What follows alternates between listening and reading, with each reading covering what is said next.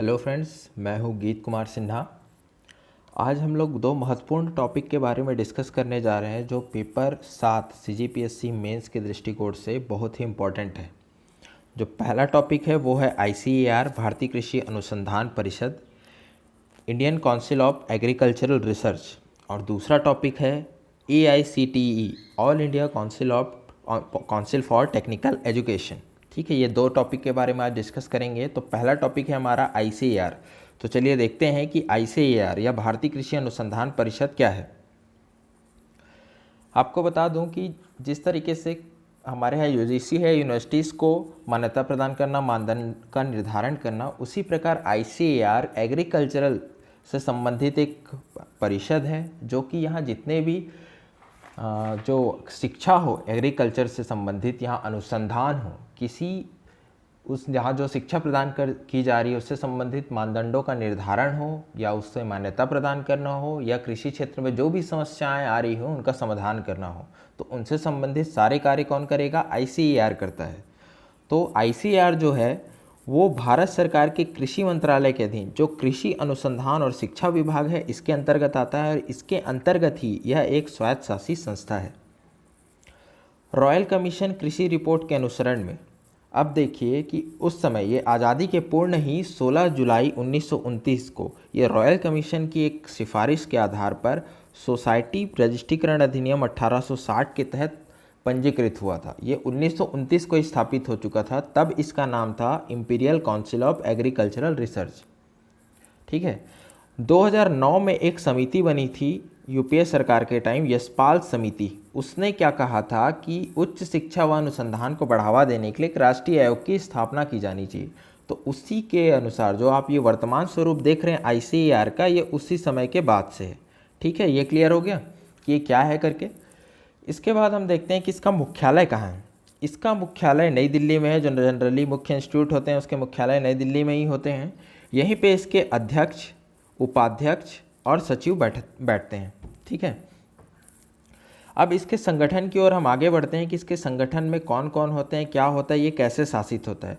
तो आपको बता दूं कि इसका संगठन केंद्रीय कृषि मंत्री भारतीय कृषि अनुसंधान परिषद के पदेन अध्यक्ष होते हैं। तो वर्तमान कृषि मंत्री कौन है हमारे यहाँ? अभी नरेंद्र तोमर जी हैं। ये इसके क्या हैं? अध्यक्ष हैं। इसके अलावा जो कृषि अनुसंधान एवं शिक्षा विभाग जो होता है उसका सचिव यहाँ पर भारत सरकार का जो महानिदेशक होता है, भारतीय कृषि अनुसंधान परिषद के प्रमुख कार्यकारी अधिकारी होते हैं। इसके अलावा कुछ कृषि वैज्ञानिक चयन मंडल होता है। तो इसका इम्पोर्टेंट क्या है कि अलग अलग संगठन में इसके बहुत सारे सचिव स्तर पर, उप सचिव स्तर पर, अवर सचिव स्तर पर। आपको मेन क्या याद रखना है एग्जाम के दृष्टिकोण से कि केंद्रीय कृषि मंत्री भारतीय कृषि अनुसंधान परिषद का पदेन अध्यक्ष होता है। ये इंपॉर्टेंट है आपके लिए, बाकी को आप थोड़ा थोड़ा याद कर सकते हैं, मेन ये है। आगे देखते हैं कि इसके लक्ष्य क्या हैं। तो लक्ष्य से पहले ही मैंने आपको ये 5 पॉइंट बनाया। अगर आपको लिखना है, मेंस में आंसर राइटिंग करना है, इन 5 चीज़ों को याद रखिएगा। पहला क्या है? शिक्षा, जो कृषि संबंधित शिक्षा वो प्रोवाइड करना। दूसरा है अनुसंधान या रिसर्च। तीसरा है मानदंडों का निर्धारण। ठीक है, चौथा है फिर मान्यता प्रदान करना, उन मानदंडों के आधार पर फिर समस्याओं का समाधान। ठीक है, इन 5 पॉइंट को याद रखिएगा। आप आईसीएआर के उद्देश्य, लक्ष्य कुछ भी पूछे आपको इसी को वहाँ पर रिटर्न करना है। ठीक है, तो ये जो साइट के थ्रू जो वहाँ पर पर्टिकुलर दिया हुआ है उस लक्ष्य को हम डिस्कस कर लेते हैं कि क्या क्या है वो करके। तो देखते हैं कि कृषि, कृषि वानिकी, पशुपालन, मछली पालन, गृह विज्ञान संबंधित विज्ञानों में शिक्षा, अनुसंधान, उसके अनुप्रयोग के लिए योजना बनाना, रिसर्च, शिक्षा और उसका एप्लीकेशन कैसा होगा उसके लिए योजना बनाना, फिर उसको क्रियान्वित करना, सहायता देना, बढ़ावा देना या कोऑर्डिनेशन करना, ये इसका पहला लक्ष्य है। फिर इन्हीं क्षेत्रों में ये जितने भी आधारित होते हैं उन पर प्रकाशन, सूचना प्रणाली के द्वारा मूल्यांकन, सामान्य सूचना का प्रचार प्रसार करना कि हाँ ये चीज़ें इस तरीके से होनी चाहिए, ये रिसर्च हो चुका है, अब इस तरीके से कार्य करने हैं। प्रौद्योगिकी हस्तांतरण कार्यक्रम, रिसर्च हो चुका है, अब उसे लोगों तक पहुंचाने का कार्य, उस प्रौद्योगिकी को और उसे बढ़ावा देने का कार्य, ये सब इसका लक्ष्य है। फिर कृषि कटाई के बाद की प्रौद्योगिकी, कृषि करते समय भी और उसके बाद कृषि कटाई होगी उसके बाद की प्रौद्योगिकी, ग्रामीण विकास के व्यापक क्षेत्रों की समस्याओं का ध्यान देना, इसके लिए अन्य संस्थाओं जैसे भारतीय सामाजिक अनुसंधान परिषद, वैज्ञानिक अनुसंधान परिषद, भाभा परमाणु अनुसंधान केंद्र जो कि बार्क है, विश्वविद्यालय, इन सभी के साथ मिलकर इस समस्याओं का समाधान निकालने का कोशिश करता है। नई नई रिसर्च करते हैं ये सब मिलके कि कृषि क्षेत्र में और कैसे गुणवत्ता लाई जा सके, कैसे उस क्षेत्र में विकास किया जा सके। ठीक है, तो ये सब इसके लक्ष्य हैं।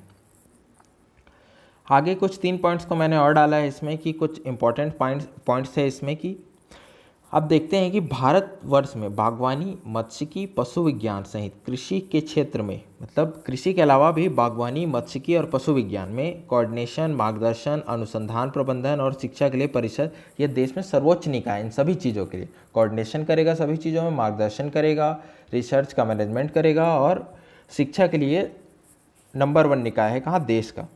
देश भर में फैले 101 रिसर्च इंस्टीट्यूट जो भारतीय कृषि अनुसंधान संस्थान है और 71 कृषि विश्वविद्यालय सहित यह विश्व में सर्वाधिक विस्तृत राष्ट्रीय कृषि पद्धति है। तो आप इससे भी कुछ पॉइंट्स अगर कुछ क्वेश्चन आते हैं उसे इंक्लूड कर सकते हैं। हरित क्रांति के टाइम इस इंस्टीट्यूट ने बहुत ही ज़बरदस्त कार्य करके दिखाया था। हरित क्रांति के जब हो रही थी तब भी और उसके बाद भी। देखिए, भारतीय कृषि अनुसंधान परिषद ने देश में हरित क्रांति लाने और उसके बाद कृषि में निरंतर विकास में अपने अनुसंधान और प्रौद्योगिकी विकास में अग्रणी भूमिका निभाई। ठीक है, तो ये आप उस तरीके से अगर कुछ विशेष करके अगर आप आंसर राइटिंग कर रहे हो तो ये हरित क्रांति वाले बात को भी वहाँ पे इंक्लूड कर सकते हैं। तब आगे बढ़ते हैं अगला टॉपिक की ओर कि हमारा अगला टॉपिक है कौन सा, AICTE, अखिल भारतीय तकनीकी शिक्षा परिषद। कि जो देख रहे हैं आप, तो इसका पहले ओवरव्यू बता दूं कि ये तकनीकी शिक्षा से संबंधित भारत में जितने संस्थान हैं तो उन्हें मान्यता प्रदान करने का काम करेगा। यह तकनीकी शिक्षा से संबंधित जितने कोर्सेज चल रहे हैं सबको मान्यता प्रदान करेगा और किस बेसिस पे, मानदंडों के निर्धारित बेसिस पे। तो उसी के आधार पर मूल्यांकन, निगरानी सभी कार्य कौन करेगा, AICTE करेगा। तो चलिए शुरुआत करते हैं।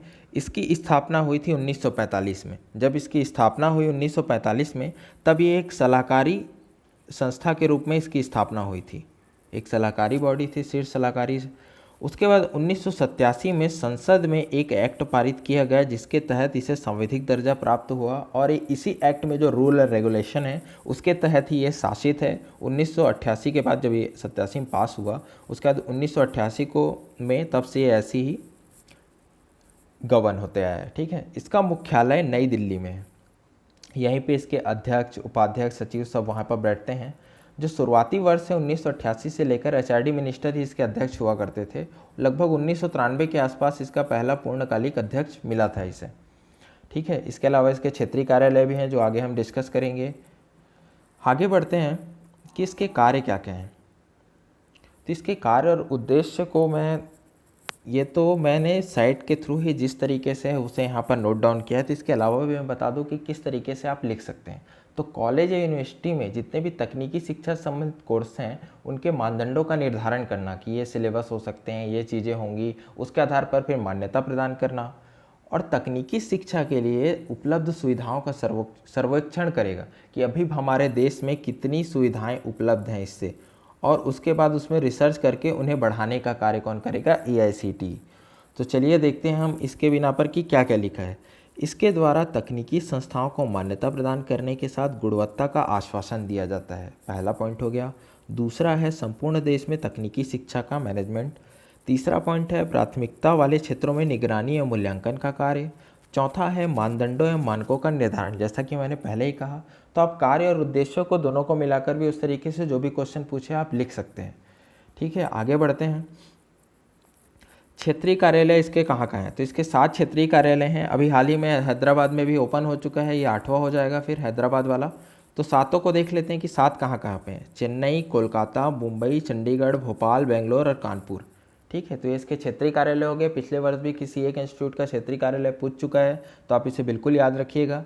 तो आप जोन में बांट के याद कर लीजिएगा कि इस क्षेत्र में, तकनीकी क्षेत्र में इससे और एक क्षेत्रीय कार्यालय, इधर एक कार्यालय, उस तरीके से याद करने में आपको आसानी जाएगी। अब आगे देखते हैं कि संबंधित किस किस कोर्सेज के लिए इससे मान्यता प्रदान या फिर जो ये जो कोर्सेस होते हैं इनके लिए इससे परमिशन लेने की आवश्यकता होती है। तो देखते हैं हम कौन कौन से कोर्सेस हैं जो तकनीकी रिलेटेड हैं, जो फार्मेसी के लिए भी इससे मान्यता प्रदान करता है। ये सब AICTE इंजीनियरिंग को लेकर, इंजीनियरिंग तो आप जानते ही हैं, वास्तुशिल्प, होटल मैनेजमेंट प्रौद्योगिकी, कैटरिंग प्रौद्योगिकी, प्रबंधन अध्ययन, कंप्यूटर एप्लीकेशन, इसके अलावा टाउन एंड कंट्री प्लानिंग भी होगा, खान पान प्रौद्योगिकी भी होगा। इन सब कोर्सेज़ को मान्यता प्रदान करता है। यदि कोई कॉलेज या इंस्टीट्यूट अपने कॉलेज में ये सब कोर्सेज चला रहे हैं तो उन्हें AICTE से मान्यता प्राप्त होनी ही चाहिए। अगर आप किसी इंजीनियरिंग कॉलेज में एडमिशन लेते हैं, उस कोर्सेज वहाँ चल रही हैं, तो पहले ये जान लें कि वो AICTE से मान्यता प्राप्त है या नहीं। ठीक है, आगे बढ़ते हैं।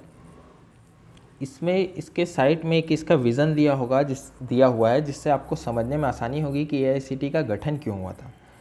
तकनीकी जनशक्ति में वैश्विक प्रतिस्पर्धा को करते हुए समाज के सभी वर्गों के लिए उच्च गुणवत्तापूर्ण तकनीकी शिक्षा सुनिश्चित करके इसके द्वारा एक विश्व स्तरीय अग्रणी संस्था के रूप में देश का सामाजिक आर्थिक विकास सुनिश्चित करना।